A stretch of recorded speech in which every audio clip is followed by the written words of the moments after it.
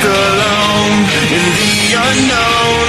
We live to win another victory. We are the young. Kami sampaikan beberapa hal yang mungkin akhir-akhir ini banyak berseliweran di media sosial kita tentang program-program unggulan dari Bapak Presiden. Yang pertama adalah KDKMP, Koperasi Desa Kelurahan Merah Putih. Yang kedua tentang MBG, makan bergizi gratis. Yang ketiga, program pembangunan jembatan perintis, jembatan gantung, jembatan Arangko, itu diserahkan juga kepada Angkatan Darat.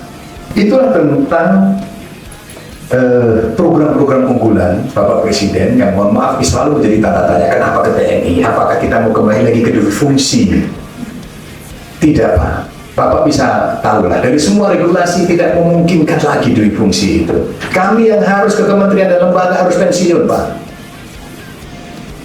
Harus pensiun, Pak.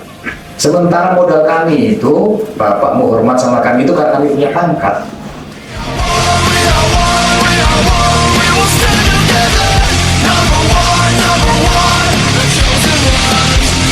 one,